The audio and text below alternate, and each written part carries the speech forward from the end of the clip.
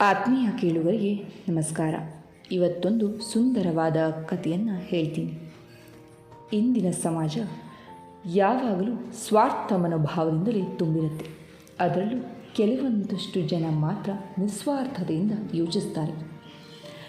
ಕೆಲವು ವರ್ಷಗಳ ಹಿಂದೆ ಸಿಂಧೂ ಪ್ರಾಂತ್ಯದಲ್ಲಿ ದಯಾರಾಮ್ ಗಿಡುಮಲ್ ಎಂಬವರು ಜಿಲ್ಲಾ ನ್ಯಾಯಾಧೀಶರಾಗಿ ಕೆಲಸ ಮಾಡ್ತಾಯಿದ್ರು.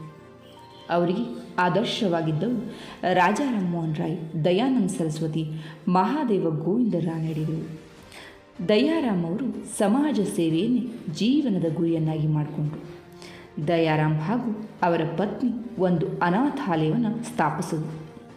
ಅಲ್ಲಿ ಅನಾಥ ಮಹಿಳೆಯರಿಗೆ, ವಿಧವೆಯರಿಗೆ ಅವಕಾಶವನ್ನು ಕಲ್ಪಿಸಿ ಅವರಿಗೆ ಶಿಕ್ಷಣ ಹಾಗೂ ಯಾವುದಾದರೂ ಒಂದು ಕಸುಬನ್ನು ಕಲಿಸಿ ತಮ್ಮ ಕಾಲ ಮೇಲೆ ತಾವು ನಿಂತುಕೊಳ್ಳುವಂತೆ ಮಾಡಲಿಕ್ಕೆ ಪ್ರಯತ್ನಿಸ್ತಾ ಇದ್ದರು. ಗಂಡ ಹೆಂಡರಿಬ್ಬರು ನಿಸ್ವಾರ್ಥ ಭಾವದಿಂದ ದುಡಿಯುತ್ತಿದ್ದರಾದ್ದರಿಂದ ಅನಾಥಾಶ್ರಮ ಚೆನ್ನಾಗಿ ಬೆಳೆದು ಪ್ರವರ್ಧಮಾನಕ್ಕೆ ಬರ್ತಿತ್ತು. ಇಂತಹ ಕಾರ್ಯವನ್ನು ಮೆಚ್ಚಿಕೊಂಡು ಜನ ಮುಕ್ತ ಮನಸ್ಸಿನಿಂದ ತಮ್ಮಿಂದಾದ ಸಹಾಯವನ್ನು ಮಾಡ್ತಾಯಿದ್ರು.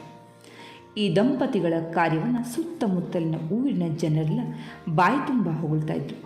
ಆದರೆ ಒಂದಿನ ಇದ್ದಕ್ಕಿದ್ದಂತೆ ದಯಾರಾಮರು ತಮಗೆ ಪರಿಚಿತರಾದವರನ್ನು, ಸಹಾಯಕರಾಗಿದ್ದವರನ್ನು ಬರಮಾಡಿಕೊಂಡು ಆಘಾತಕಾರಿಯಾದಂಥ ವಿಷಯವನ್ನು ತಿಳಿಸಿದರು.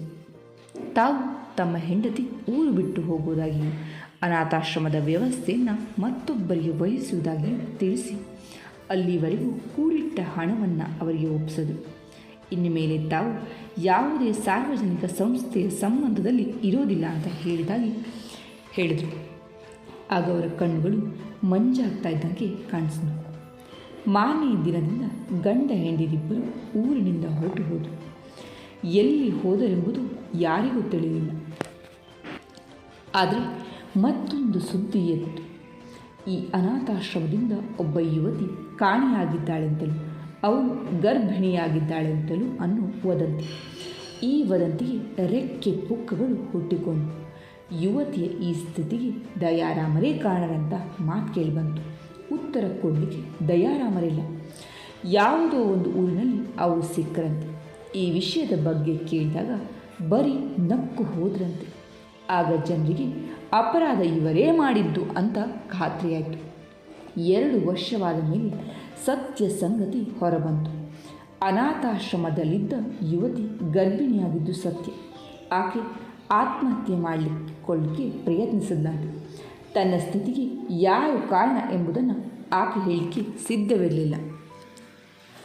ಆಗ ದಯಾರಾಮರು ಹೆಂಡತಿಯೊಡನೆ ಮಾತನಾಡಿ, ಜನ ತನ್ನ ಮೇಲೆ ದೋಷ ಹೊರಿಸಿದ್ರೂ ಸರಿ, ಆ ಹೆಣ್ಣಿಗೆ ಅಪಮಾನವಾಗಬಾರ್ದು ಅಂತ ಆಕೆಯನ್ನು ತಮ್ಮ ಜೊತೆಗೆ ಕರೆದುಕೊಂಡು ಹೋಗಿ ಆಕೆಯ ಬಾಳಂತನವನ್ನು ಮಾಡಿಸಿದ್ರಂತೆ. ತನಗೆ ಅಪವಾದ ಬಂದರೂ ಬರಲಿ, ಮತ್ತೊಂದು ಜೀವಕ್ಕೆ ನೋವಾಗದಿರಲಿ ಅನ್ನೋ ಸಹೃದಯತೆಯನ್ನು, ಕರುಣೆಯನ್ನು ಮೆರೆದ ದಯಾರಾಮರಿಗೆ ಅವರ ಹೆಸರು ಅನ್ವರ್ಥಕವಾಯಿತು. ತಾವು ಮಾಡಿದ ತಪ್ಪನ್ನು ನಿಧಾನವಾಗಿ ಮತ್ತೊಬ್ಬರ ತಲೆ ಮೇಲೆ ಹೊರಿಸಿ ಪಾರಾಗುವ ಜನರ ಸಂಖ್ಯೆ ಬಹಳವಾಗಿರುವ ಈ ದಿನಗಳಲ್ಲಿ ದಯಾರಾಮಂತವರು ದೇವರಂತೆ ಕಂಡರು. ಮನುಷ್ಯರಲ್ಲಿ ಆಗಾಗ ಕಂಡುಬರುವ ಈ ಮಹನೀಯ ಗುಣವೇ ಭಗವಂತನ ಇರುವಿಕೆಯ ಲಕ್ಷಣ. ಕತೆ ಇಷ್ಟ ಆಯಿತು, ಅರ್ಥ ಆಯಿತು ಅಂತ ಭಾವಿಸ್ತೀವಿ. ಕೇಳಿದ್ದಕ್ಕೆ ಧನ್ಯವಾದ.